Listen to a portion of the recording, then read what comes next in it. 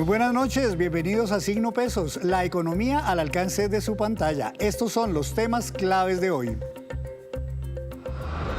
Los retos del emprendimiento en Colombia. Aunque en el país se crean cada año más de 300.000 nuevas empresas, muchas enfrentan desafíos y dificultades y no llegan a sus 5 años de vida. En Cartagena hablamos del tema con el presidente de Confecámaras, Julián Domínguez.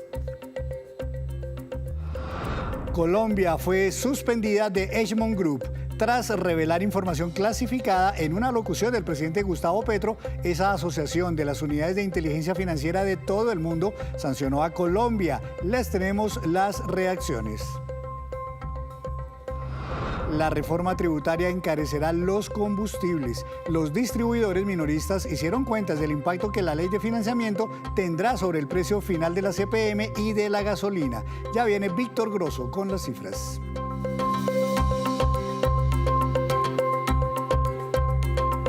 Y comenzamos esta emisión de Signo Pesos hablando de la creación de nuevos negocios en nuestro país, que se caracteriza a nivel mundial precisamente por el espíritu emprendedor de su gente. Sin embargo, esta buena voluntad enfrenta retos y dificultades. Daliana Garzón habló en Cartagena con el presidente de Confecámaras sobre este tema. Daliana, buenas noches.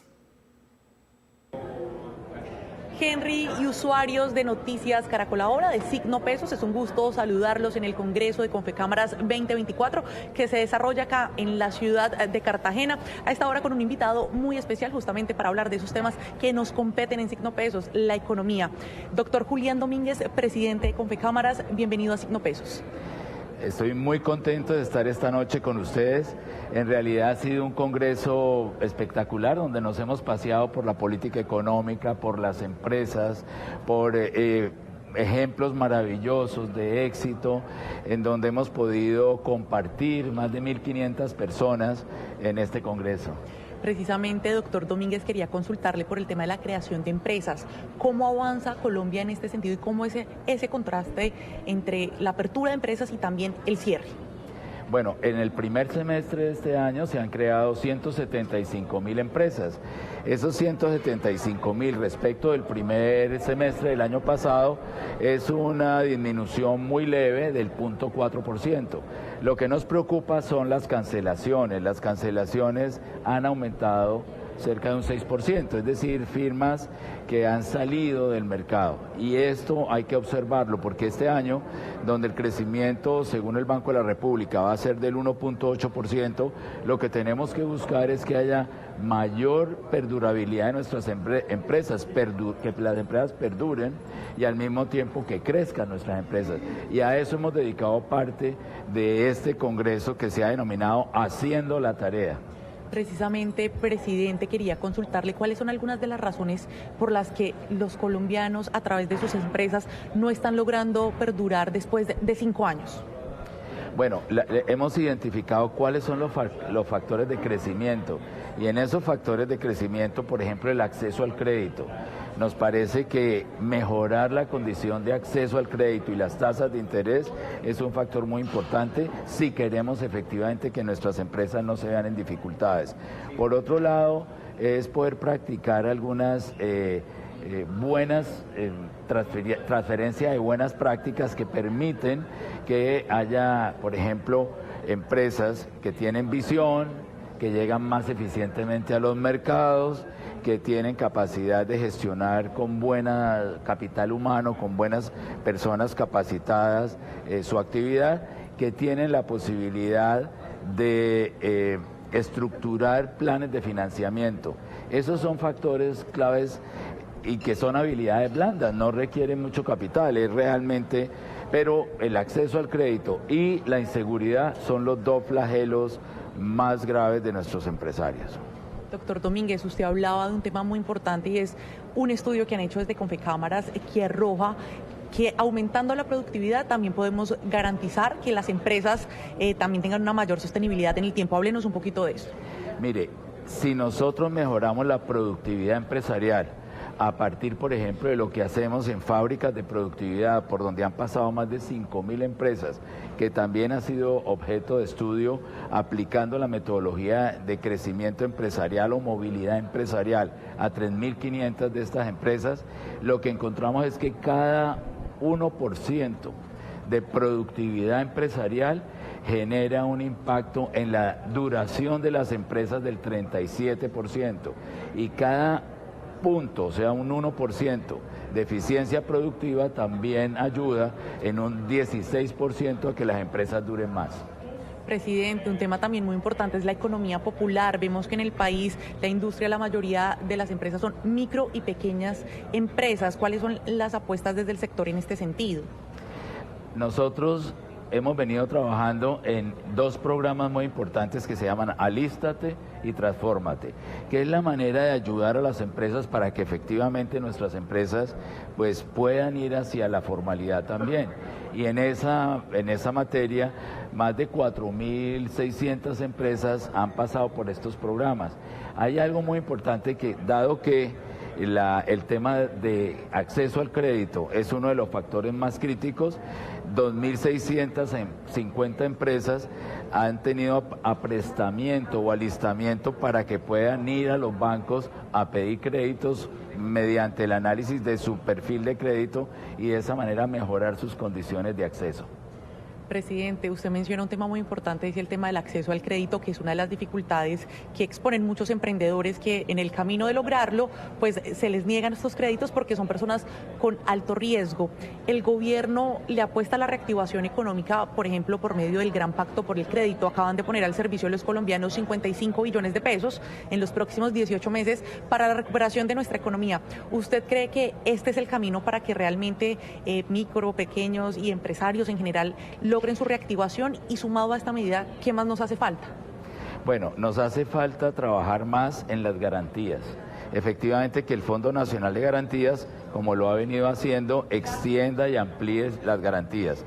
Nosotros gestionamos garantías mobiliarias, que se llaman sobre bienes muebles o sobre inventarios o sobre otro tipo de bienes inmateriales, como bienes que están en proceso, que todavía no se han concretado en un producto final, y de esa manera hemos logrado que haya más de 365.000 empresas que han pasado a tener garantías garantías mobiliarias, y de esa manera pues cada uno de los créditos de estas nuevas empresas es del orden de 66 millones de pesos en promedio.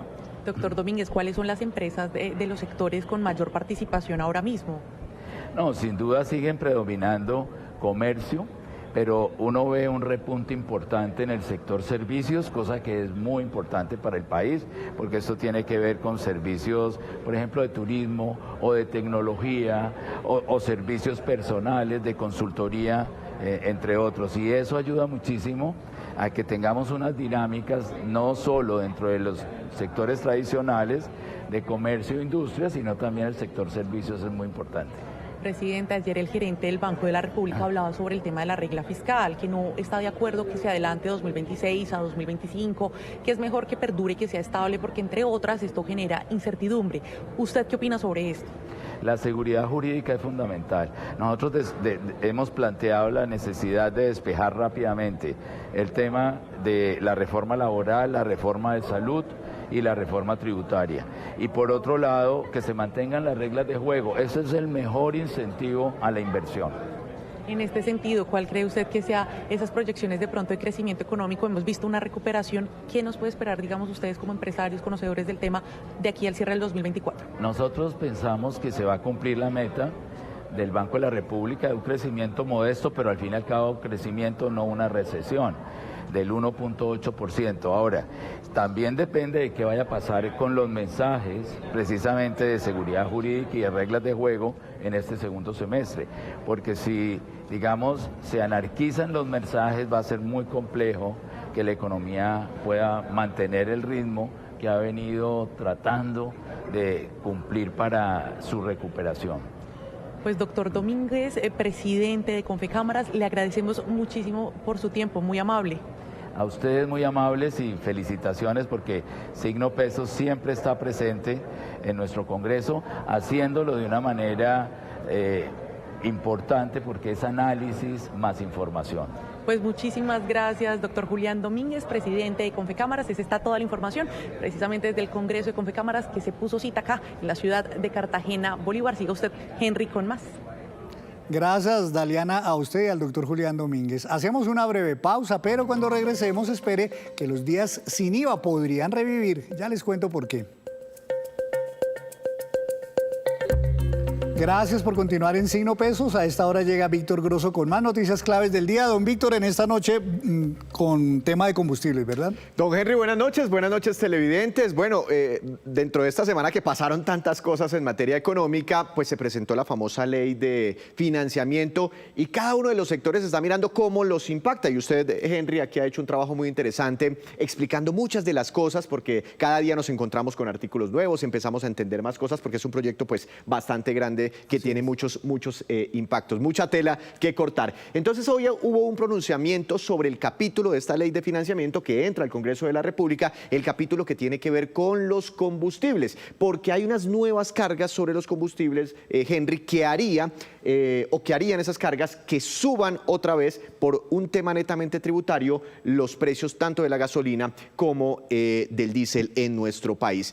Y es que esta reforma tributaria o ley de financiamiento, dice el gobierno, llamémosla mejor ley de financiamiento, va a triplicar el impuesto del carbono, que hace parte de la estructura de precio de los combustibles. Cuando vamos y tanqueamos con un galón de gasolina o con un galón de diésel nuestros vehículos, ahí en eso que nos cobran está incorporada una partecita de los impuestos, y en esa partecita de los impuestos está un impuesto al carbono. Y resulta que esta reforma o esta ley de financiamiento va a triplicar esas tarifas del impuesto al carbono, y hoy Fendipetróleo, que es un gremio que representa los intereses de los distribuidores de combustibles en el país, las estaciones de servicio, hizo los siguientes cálculos. Ellos sacaron la calculadora y determinaron este resultado. Si se aprueba esta ley de financiamiento, triplicando ese impuesto al carbono, el galón de diésel en Colombia se incrementaría en 488 pesos y el galón de gasolina, solo por este tema tributario, se encarecería en 425 pesos. El gobierno, cuando empezó a explicar la reforma,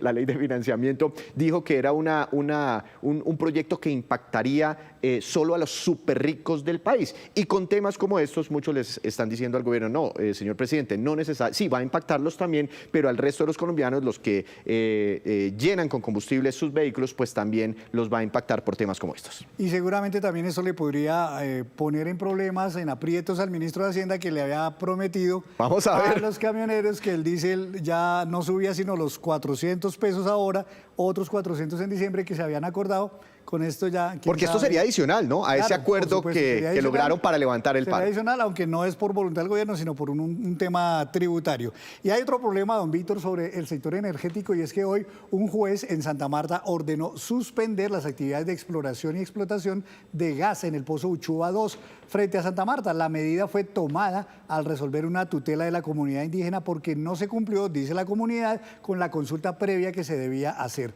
Lo grave es que Uchuva, y usted lo sabe muy bien, es un campo clave y vital para que el país pueda enfrentar los riesgos de desabastecimiento de gas que comenzarían el próximo año. Las comunidades indígenas de Taganga consideran el mar como su madre naturaleza. Es por ello que una vez se enteraron de las exploraciones mineras y gasíferas en el polígono Tayrona, ubicado en mar abierto cerca de sus bahías, decidieron tutelar sus derechos al trabajo, a la vida y a su identidad cultural como pueblo. Pues por las múltiples afectaciones a la identidad cultural y a la misma interconexión que hay en relación con el hombre, con el mar y viceversa. Entonces, en ese sentido, pues consideramos que debíamos defender nuestra madre, que es la que nos garantiza nuestra pervivencia en el territorio. Ariel Daniels, el cabildo gobernador, quien instauró la tutela, dice que no los tuvieron en cuenta como comunidades ancestrales y que la explotación tendría consecuencias en el ecosistema y en sus actividades pesqueras. Tiene un alcance de afectación de 10 kilómetros según el ANLA. Nosotros sabemos que se emiten un sonido acústico subacuático que viaja por el agua a mayor velocidad que si viajara por el aire, 5 veces mayor. Entonces, esos impactos negativos llegan hasta los caladeros de los pescadores nuestros. Es por ello que el Juzgado Cuarto Laboral de Santa Marta amparó sus derechos como pueblo indígena y ordenó a Ecopetrol suspender inmediatamente todas las actividades de exploración y explotación en el pozo Uchuba 2. Ten atención a que las licencias otorgadas para tal fin desconocieron la existencia de la comunidad indígena e igualmente la realización de la consulta previa a efectos de amparar la identidad cultural, espiritual y la explotación de las aguas como medio de subsistencia. En el fallo también se le ordena nuevos estudios de impacto ambiental y los efectos sobre el cabildo. El grupo Egmont, que reúne a las unidades de inteligencia de 167 países del mundo para combatir delitos como el lavado de activos, la financiación del terrorismo y otras cosas, suspendió temporalmente a Colombia de esa asociación por revelar información clasificada. El hecho tiene que ver con la locución reciente del presidente Gustavo Petro cuando habló del programa de seguimiento secreto Pegasus, según información que la agencia de inteligencia de Israel le había compartido a su agencia homóloga en Colombia, la UIAF. Esto dijeron el director de la UIAF y el ex viceministro de Hacienda, Juan Alberto Londoño. Esa información se recibió el día 27 de agosto. Se recibió y nos decía tácitamente que no podíamos difundir, como lo hacemos en todos los documentos de inteligencia, este documento. Que sí se iba a difundir y que se tenía que tener un previo consentimiento de la UIF de Israel. Nosotros procedimos desde el mismo 27 de agosto a solicitar los permisos para poder difundir, dada la información que nos llegó, la sensibilidad de la información que llegó, digamos, desde la UIF de Israel. Le solicitamos permiso a la UIF de Israel. Ellos nos respondieron que a quién le íbamos a difundir esa información. Nos responden que solamente podemos divulgarlo a la Fiscalía General de la Nación. Nos acaban de vetar del mecanismo de inteligencia financiera mundial en el que todos hablan y comparten la información. Nos acaban de decir ustedes no son confiables. ¿Por qué? Porque es muy grave, porque están transmitiendo información privilegiada, primero al gobierno y el gobierno haciéndola pública. Ahí violaron la ley, no solamente violaron la ley, sino que violan los derechos de los ciudadanos porque están transmitiendo información sin autorización judicial. ¿Y qué nos están diciendo? Nos están diciendo, si ustedes continúan así, ustedes se van a volver un paria, como un paraíso fiscal, pero no paraíso fiscal de impuestos, sino un paraíso de transacciones sospechosas, porque no se puede negociar y mirar la información que ustedes manejan, porque no tenemos trazabilidad y certeza de que se maneje bien. Y antes de despedirnos, los dejo con este dato. Hace pocas semanas el presidente Petro vetó la ley aprobada por el Congreso que revivía los días sin IVA. Sin embargo, el ministro de Hacienda, Ricardo Bonilla, reveló hoy que el gobierno está considerando una propuesta de la ANDI para aceptar los días sin IVA, pero limitándolo a la venta de productos nacionales. La medida, por supuesto, beneficiaría a las industrias y al comercio que precisamente han enfrentado grandes dificultades en sus ingresos desde el año pasado. Y así terminamos por hoy. Los esperamos el próximo lunes con una nueva emisión y toda la información económica que usted necesita saber. Esto es Signo Pesos, la economía al alcance de su pantalla. Buenas noches.